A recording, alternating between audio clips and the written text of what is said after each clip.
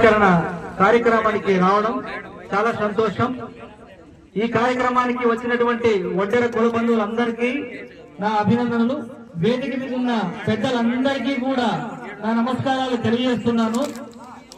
రాష్ట్ర చరిత్రలోనే ఈ ఓడిసి మండలం ఎంతో ప్రాముఖ్యత సంతరించుకున్నది। ఎందుకంటే ఇక్కడ ఓమన్న విగ్రహావిష్కరణకి ఎన్నో ఆటంకాలు సృష్టించినప్పటికీ కూడా ఒడ్డెర్లో ఏమాత్రం పోరాట పడిమ తగ్గలేదని నిరూపించినటువంటి ఓడిసి మండల నాయకులందరికీ కూడా పేరు పేరున అభినందనలు తెలియజేస్తున్నాను। ఈ విగ్రహ సమస్యను పరిష్కరించినటువంటి హైకోర్టు అడ్వకేట్ అయినటువంటి సోదరి బేబీ రాణి గారికి హృదయపూర్వక అభినందనలు తెలియజేస్తున్నాను। ఈ సమస్యను రాష్ట్ర వ్యాప్తంగా మొట్టమొదటిసారిగా అందరికీ తెలిసేలా నా వంతు బాధ్యతగా చేయడం నాకు చాలా సంతోషంగా ఉంది।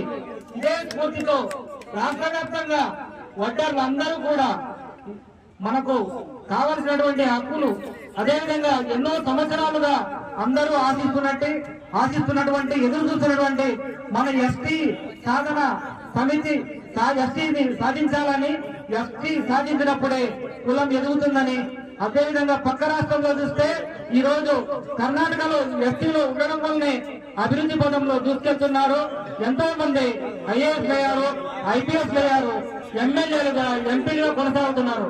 మనం కూడా ఒడ్డెర ఓబలను స్ఫూర్తిగా తీసుకొని ఎస్టీ సాధించాలని ఒడ్డెర కుల బంధువులు పెద్దలందరినీ కూడా కోరుతున్నాను।